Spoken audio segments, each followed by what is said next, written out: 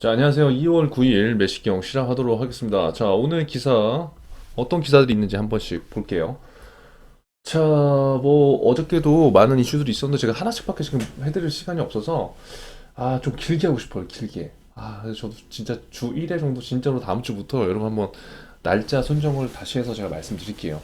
하고 싶은 얘기는 너무나 많아요. 지금 시장의 이슈들이 너무나 많기 때문에, 여러분들이 알면 좋은 내용들, 그리고 지금 우리가 단순하게 기사, 신문 기사만 읽는 게 아니라, 이제 적용하는 연습, 여러분들한테 기사 선정을 하고, 그것들에 대해서 이것들을 어떻게 활용해보면 좋을까, 이제 그것들을 지금 연습해보고 있는 거기 때문에, 매식경이, 진짜 아쉬움이 커요. 아쉬움이 큰데, 지금, 아무쪼록, 네, 해볼게요. 제가 방법 마련해 볼게요. 자, 첫 번째 이슈입니다. 자, 오늘은 첫 기사를요, 이제 부동산에 관련된 이슈들을 이제 갖고 와봤고, 여러분들이 이제 제가 계속 말씀드리지만 부동산에 관련된 이슈들이 굉장히 좀 어려워요. 어렵고, 나와 이제 상관없는 일이잖아요. 그런데 지금부터 꼭 관심을 좀 가져보셨으면 좋겠어요. 그러니까 그 관심이 뭐 엄청나게 공부를 해라 그거보다, 우리가 이제 여러분들이 뭐 만약 금융권에 취업을 하든 취업을 하지 않든, 어떻게 되든 간에 우리가 관심을 가져야 될 분야예요. 그 시기의 문제지.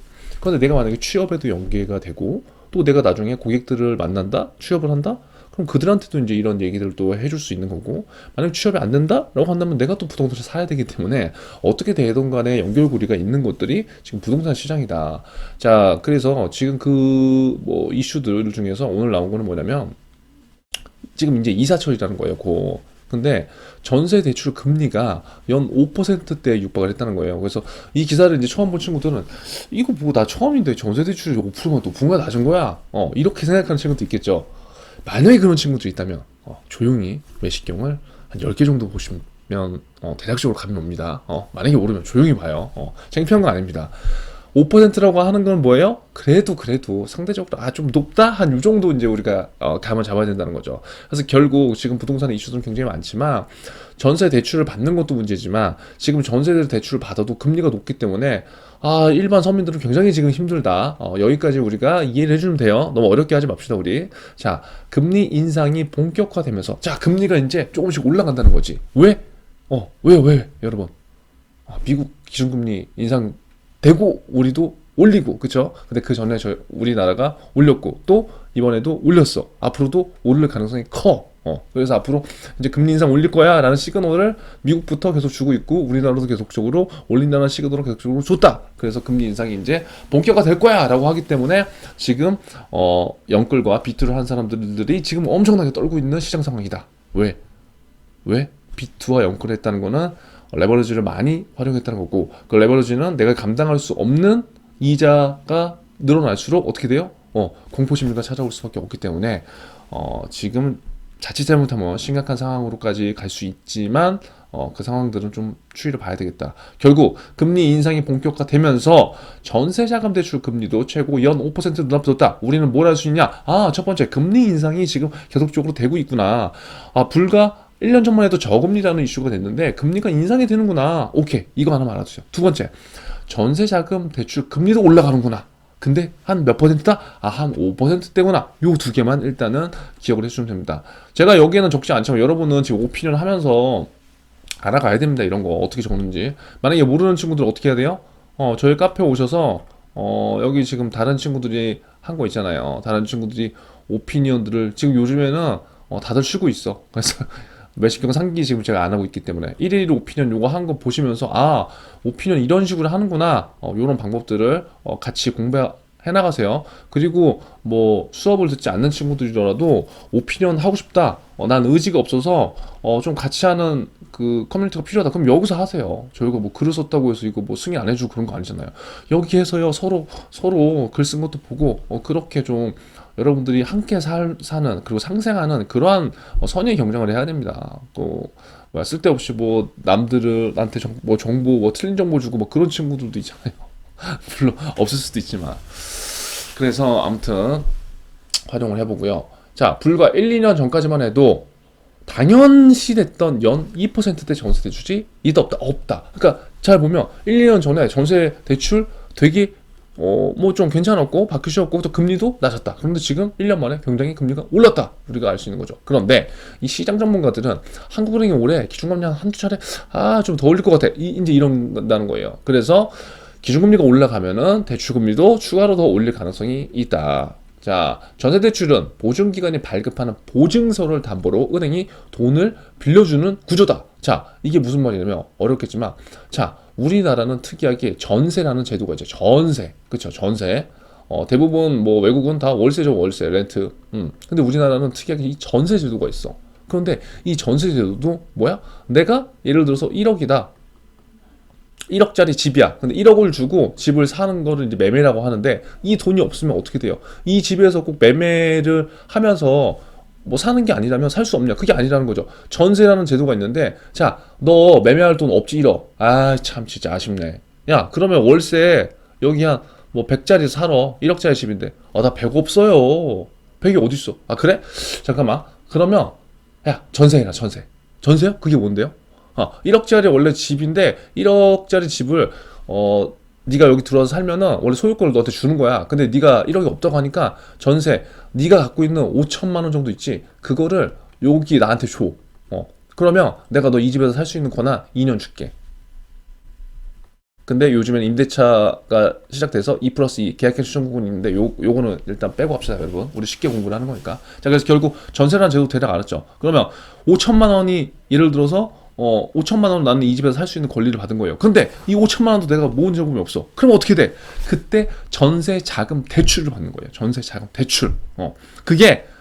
그건 뭐냐? 여기에 나왔지만, 자, 여기 나왔지만 보증기관이 발급하는 보증서를 담보로 은행이 돈을 빌려주는 곳이다. 그러니까 내 돈 5천이 없어도 돈을 은행에서 빌려서 대신 내는 거다. 아까 그냥 여러분 이거 제가 세세한 거 빨게요. 우리는 이해를 하는 게 목적이잖아요. 그렇기 때문에 최대한 쉽게 가자고요. 1억인데 예를 들어서 LTV가 80%다. 그럼 뭐냐면 원래는 그 전세자금 대출이 8천만 원까지 나오는 거예요. 이해되시나요? 이해되세요? 그러니까 원래 5천만 원이야. 전세가. 근데 5천 원 내 돈으로 집어넣어야 돼. 근데 없어. 어떻게? 은행, 나 전세 들어갈 거야. 야, 돈 좀 빌려줘. 그럼 은행에서 그러지. 아, 그래? 아, 참. 알았어. 그럼 내가 그러는 거야. 야, 얼마까지 빌려줄 수 있어? 야, LTV의 80%. 이렇게. 이해되시죠? 근데 지금은 시장이 80%까지 안 빌려줍니다. 그런데 우리는 그냥, 공부하는 목적이기 때문에 원래는 이 대출 규제가 이렇게 심하게 적용되기 전까지는 80%까지 나왔어요. 80%까지. 그럼 뭐야? 집이 1억이면은 1억에 대한 80% 8천만 원을 빌려주는 거다. 은행이 누구한테? 집 주인한테. 그러면 실수요자 입장에서는 돈을 어떻게 돼요? 돈을 뭐 안 들이고 들어갈 수도 있는 거죠. 예를 들어서 제가 이거를 가만 보니까 예를 잘못 들었는데 아무튼 뭐 제가 지금 숫자에 대한 예를 잘못 들었어요. 숫자에 대한 예를 잘못 들었는데 여러분들이 이해될 건 뭐냐면 예를 들어서 1억인 집에 전세가 예를 들어서 8천이다. 전세가 8천이다라고 가정한다면 그 8천을 내 돈으로도 내도 되지만 금융기관 은행에서 LTV 80% 정도는 대출이 나오기 때문에 이렇게 집에 들어가서 사는 거주하는 방법도 있다. 이해되시죠? 헷갈리시면 안 됩니다. 여러분들 좀 쉽게 하다 보니까 제가 숫자 계산을 나중에 잘못해서 그런 건데 결국 이 전세라는 제도가 이런 거고 전세 자금 대출이라는 게 은행이 돈을 빌려주는 구조입니다. 이해되시겠죠? 자, 그래서 결국 보증 요건만 통과하면 개인의 개인의 소득과 신용점수가 대출 금리에 미치는 영향이 작은 편이다. 세입자의 주거 안정을 위한 대출인 만큼 보증 요건을 까다롭지다. 그래서 제가 아까 말씀드렸잖아요. 집값 1억이야. 근데 집값 여유 안 되면 야 전세로 들어와. 전세 1억이니까 80%니까 80%까지 해줄게. 그러니까 뭐 소득이랑 신용점수 이렇게 크게 안 봤다는 거예요. 요건은 까다롭지 않게. 그런데 올해부터 강화된 DSR 40% 규제에서 제외된다. 그러니까 이 DSR이라는 게 엄청나게 복잡한 부채들을 다 포함시키는데 이 전세자금 대출은 그것도 포함 안 시킨다. 왜? 세입자의 주거 안정을 위한 대출이니까. 이해되시죠? 세입자의 주거 안정을 위한 대출이니까 많이 봐준다는 거예요. 단 부부 합산 2주택자거나 시세 이거 보지 마세요. 이런 것까지 우리가 여러분이 알 필요는 없다. 그래서 이 기사에 대한 우리가 흐름은 이 정도만 이해하면 된다. 자, 그래서 전세 대출 보증서는 뭐 한국주택금융공사, 그다음에 허그, 민간에서 SGI, 서울보증 이 세 곳이 발급을 하는데 우리는 이것까지도 알 필요가 없다. 여러분들이 만약에 은행원이 되면 당연히 안다. 그냥 전세대출 보증서를 끊는구나. 거기까지만 알면 되고 그 보증기간을 선택할 것인지는 기간별 보증요건과 한도에 따라 달라진다. 그래서 가장 먼저 따져봐야 될 건 뭐다? 전세보증금 요건이래요. 전세보증금 요건. 주택금융공사와 허그가 보증하는 전세대출은 전세보증금이 수도권에서 7억, 비수도권에서 5억 이하일 때 사용이 가능하다. 하지만 SGI는 제한이 없다.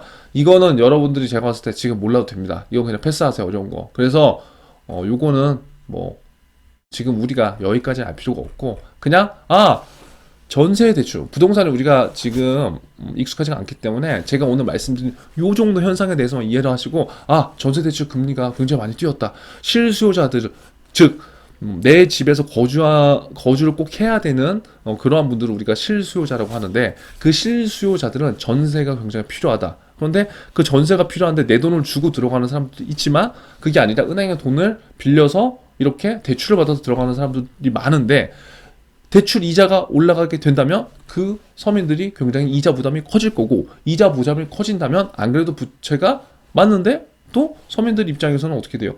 안 그래도 쓸 돈도 없는데 이 금리가 올라면 굉장히 부담이 될 수 있다는 거죠. 그래서 굉장히 실수요자 입장에서는 빡빡한 시장 상황이다. 거기까지만 우리가 기억을 하면 저는 괜찮을 것 같습니다. 지금 우리가 막 어려운 걸 더 어렵게 하자는 취지가 아니기 때문에요. 자, 두 번째. 요 기사들 여러분 다 보세요. 기업은행 순이익 최대화입니다. 이런 거 잘 보세요. 여러분들 뭐 기업은행 공채 뜨면은 이런 것들 기업은행 강점으로 불면 갖고 가야 돼요. 제가 나중에 시간 되면 해드리겠지만 기업은행 강점을 여러분들이 명확하게 파악해야 됩니다. 중소기업 대출 잔액은 금융권 최초로 200조 원 돌파. 이게 기업은행의 이슈 강점이에요. 이런 것들을 여러분들이 딱 지금 머릿속에 기억해야 돼요. 노트에 필기해야 된다고. 지난해 중기 대출 잔액이 200조 원을 넘었다는 건 엄청난 거예요. 중소기업 은행의 특수성이 무엇인지 여러분들이 잘 생각해야 돼요. 시장의 MS, 시장 점유율이 거의 23%잖아요. 어마어마한 거예요. 독보적인 시장이라고요. 그러니까 중소기업 은행이 여러분들이 그냥 막연하게 중소기업을 위한 은행이에요 여러분 얘기는 하지만 그 근거를 여러분들 지금 찾아봐야 된다고. 자, MS가 23%인데 어떻게 23%가 되는지, 왜 중소기업을 찾는지 그 이유를 찾아보라니까요. 그거는 현장 방문을 토대로 해서 찾을 수도 있고요. 뭐 다트로 여러분들이 나름대로 분석을 하는 방법들도 있죠.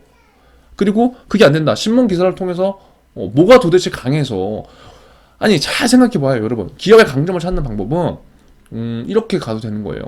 중소기업 대출 잔액이 200조라는 거는 남들보다 타은행들보다 훨씬 더 많은 마케팅을 한 점도 있겠지만 중소기업을 대상으로 뭔가 혜택을 주지 않았겠어요? 제가 쉽게 얘기하면 그 혜택이 뭔지를 찾아보라고요. 이게 현장을 방문하면서 현직자를 만나면서 우리가 알아야 될 그 굉장히 중요한 요소입니다. 그냥 중소기업한테 잘해주니까 중소기업 은행이요 그렇게 얘기하면 안 돼요. 면접에서도 그거 누구나 다 알 수 있지. 왜? 중소기업 은행은 누구나 다 그렇게 알고 있으니까. 근데 그 알맹이가 뭐냐고. 그게 관심이라고요. 중소기업을 위해서 무슨 행동을 했는지 찾아보시라는 거예요. 제가 이 정도까지 드리면 여러분들 그 다음은 여러분들이 그 다음 플랜을 갈 수 있어야 돼요. 예를 들어서 여기 나오잖아요. 올해도 금융 주치 프로그램, 모험, 자보험, 공급 확충 등을 통해 중소기업의 혁신 성장과 경쟁력 강화를 위해 지원해 나갈 거. 그러면 기업은행이 여기에 지금 모토를 뒀다는 거잖아요. 그쵸? 그러면 금융 주치 프로그램이 어떻게 이루어지는지, 누구를 대상으로 해야 하는지, 얼마만큼의 규모로 이런 프로그램들이 이루어지는지, 어떤 사람들이 혜택을 받는지, 이런 것들 한번 따져보는 게 좋지 않을까요? 그럼 결국 많은 중소기업, 벤처기업들한테 기업은행이 어떤 혜택을 줬다는 거고, 그러한 중소기업 사장님들과 벤처회사들이 다른 시중은행에서 받지 못하는 지원을 받는다던가 금리 인하를 받는다던가 다양한 어떠한 창업 컨설팅이나 프로그램을 받는다던가 분명히 좋아지는 것도 있다고요. 혜택들이. 그런 것들을 한번 여러분들 찾아보는 연습들을 해보면 여러분들만을 위한 뭔가 말을 할 수 있는 것들이 나오겠죠. 그래서 그런 것들을 오늘 한번 찾아봐 보시고요. 여기에 저희 카페에 이제 남아있는 기사 같은 것도 제가 설명을 못 드리지만 요거 다 한 번씩 보세요. 여러분들이 보면 괜찮은 기사들을 제가 놓은 거기 때문에요. 그래서 아무쪼록 오늘도 화이팅 하시고요. 자, 이번 주 이제 이틀밖에 지나지 않았습니다. 남은 5일도 쭉쭉 힘을 낼 수 있도록 오늘 하루 최선을 다하시기 바랍니다. 여러분 응원하겠습니다.